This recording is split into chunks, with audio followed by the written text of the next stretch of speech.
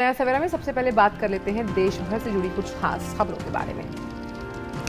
प्रधानमंत्री नरेंद्र मोदी ने कर्तव्य पथ का लोकार्पण किया। पीएम मोदी ने इंडिया गेट पर नेताजी सुभाष चंद्र बोस की 28 फुट ऊंची प्रतिमा का भी अनावरण किया। इस अवसर पर प्रधानमंत्री ने कहा कि भारत को आज नई ऊर्जा और प्रेरणा मिली है, क्योंकि राष्ट्र अमृतकाल के दौरान उपनिवेशवाद की बेड़ियों से मुक्त हो रहा है। उन्होंने कहा कि इतिहास फिर से लिखा गया है। नेताजी सुभाष चंद्र बोस के बलिदान और वीरता को याद करते हुए पीएम मोदी ने कहा कि भारत का गौरवशाली इतिहास देश के युवाओं के बीच जीवन रक्त के रूप में संचरण करता है। देश की नीतियों और निर्णयों में सुभाष बाबू की छाप रहे, ये प्रतिमा इसके लिए प्रेरणा स्रोत बनेगी।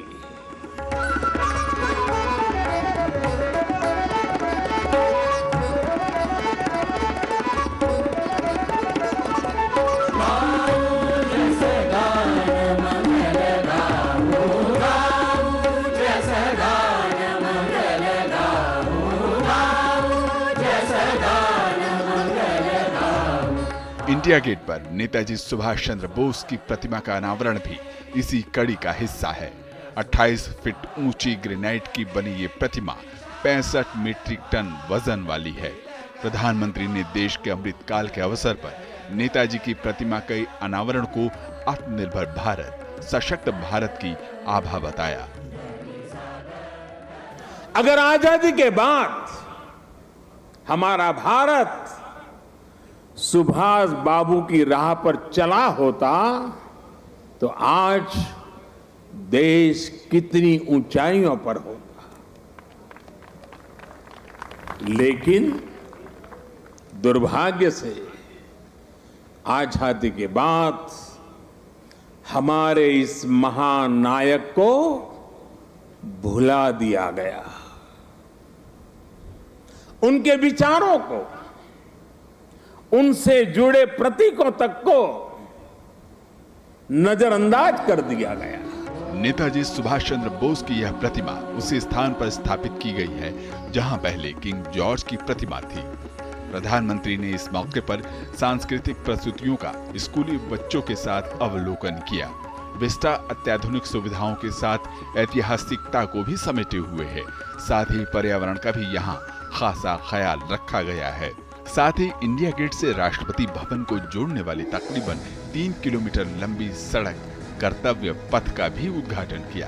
प्रधानमंत्री ने कहा कि भारत को सर्वश्रेष्ठ बनाने का मार्ग कर्तव्य पथ से होकर जाता है और जन सेवा, राष्ट्र सेवा के लिए ये नई ऊर्जा और प्रेरणा देगा। अगर पथ ही राजपथ हो तो यात्रा लोकमुखी कैसे होगी? राजपथ ब्रिटिश राज के लिए था, जिनके लिए भारत के लोग गुलाम थे। राजपथ की भावना भी गुलामी का प्रतीक थी, उसकी संरचना भी गुलामी का प्रतीक थी। आज इसका आर्किटेक्चर भी बदला है और उसकी आत्मा भी बदली है। अब देश के सांसद, मंत्री, अधिकारी जब इस पथ से गुजरेंगे तो उन्हें कर्तव्य पथ से देश के प्रति कर्तव्यों का बोध होगा। सेंट्रल विस्टा एवेन्यू को लोगों की सुविधाओं के मुताबिक रीडेवलप किया गया है। अब ये विहंगम, अद्भुत और मनमोहक दिखने लगा है। यहाँ 106 सार्वजनिक शौचालय, पार्किंग की सुविधा, खाने पीने के स्टॉल की व्यवस्था की गई है।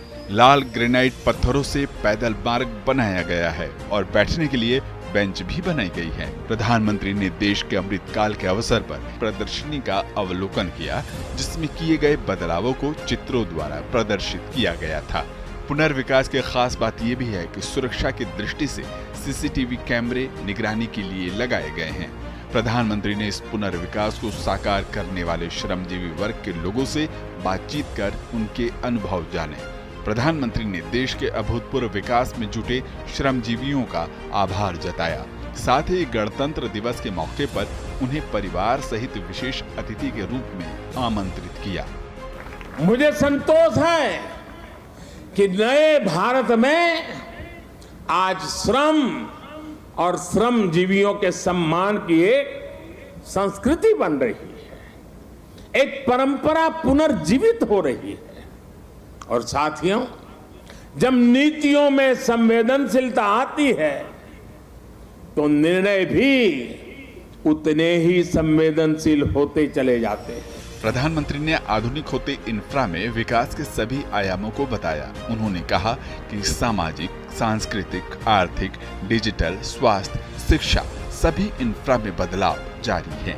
एक आकांक्षी Bharat social infrastructure, transport infrastructure, digital infrastructure के साथ ही कल्चरल इंफ्रास्ट्रक्चर को गति देते हुए तेज प्रगति कर सकता है।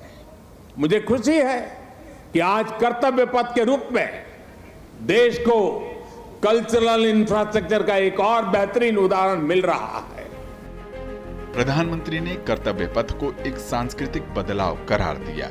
उन्होंने बताया कि नई आभा, नई ऊर्जा में भविष्य का भारत समाहित है। वहीं प्रधानमंत्री ने कर्तव्य पथ को नागरिकों में कर्तव्य की भावना का प्रवाह करने के लिए प्रेरणादायक बताया।